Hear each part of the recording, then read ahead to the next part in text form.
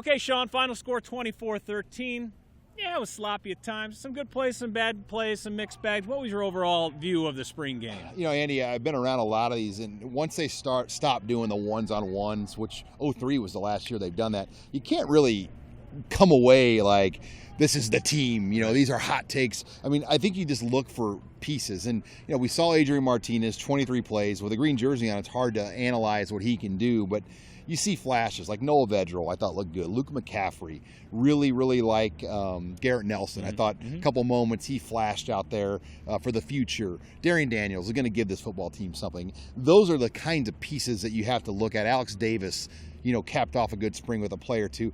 I look for more flashes than just the final score and stats of a spring game, because you really can't get caught up in a non-one-on-one versus type of situation. Little splatters, sprinkles rather than the broad brush, because we'll get to those later. Let me ask you about the quarterback room, because this year compared to last year at this time is like night and day, isn't it? Well, and you know, last year they had 3 4-star guys in spring ball for a while at least. O'Brien left, and then Jebbia and Martinez. The difference was 2 of those 3 were not guys that were recruited in this system. This year, you got Noah Vedral, an original Scott Frost. He's an OG. Yeah. He was a Central Florida Scott Frost guy. Then you've got obviously Martinez. Then you've got McCaffrey.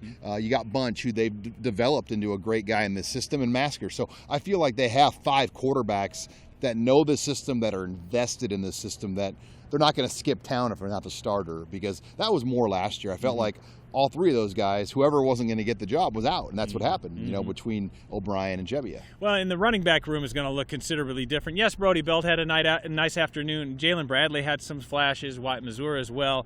But come fall, it's going to be that running back's room will have a complete overhaul, will it not? Yeah, I mean, running back, if you were to say that was the one position today you really couldn't draw much away from, because you had no Mo Washington. Dedrick Mills is down in Garden City, Kansas. Ramir Johnson's in New Jersey. You know, you're missing so many key guys that are going to be factors for this football team next year. And of the guys that played today, maybe Wyatt Mazur he's going to have a special teams role in this team and maybe a limited offensive role, but I don't really see anyone else other than a Mazur that were in this game today. They're going to have some sort of role in the offense. Well, we shall see as we go moving forward. Let's go to the other side of the football. Of all the guys on defense, if you have to pinpoint 1 or 2 guys to say, hey, this spring, this guy took a jump, who would those guys be? Well, I mean, the newcomer, Darian Daniels, has brought them something, but if you're going off a guy that was here already, Alex Davis. And, you know, I think people have been critical of him, and rightfully so. I mean, he hasn't performed well in his career, but I think he's bought in the strength and conditioning. I think he kind of knows he has to be a player this year, and had a nice spring game, has had a nice spring.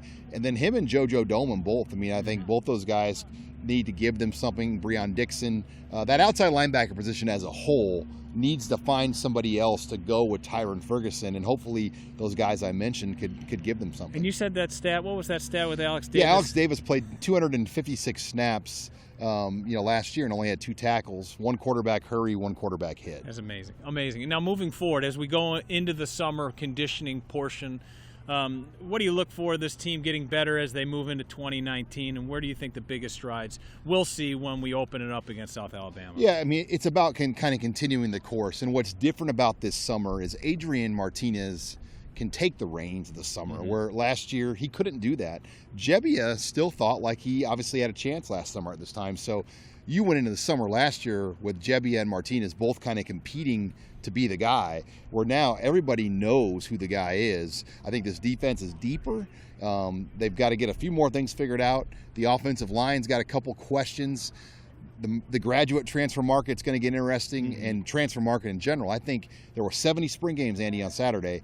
Think how many new names hit that transfer portal by Wednesday, Thursday of this week. So it's going to be very, very interesting to see what that transfer portal looks like by next week at this time. Well, we will sit and wait until media days, until mid-July. That's the next time we'll be talking really Husker football on a daily basis in the season opener for 2019, August the 31st against South Alabama.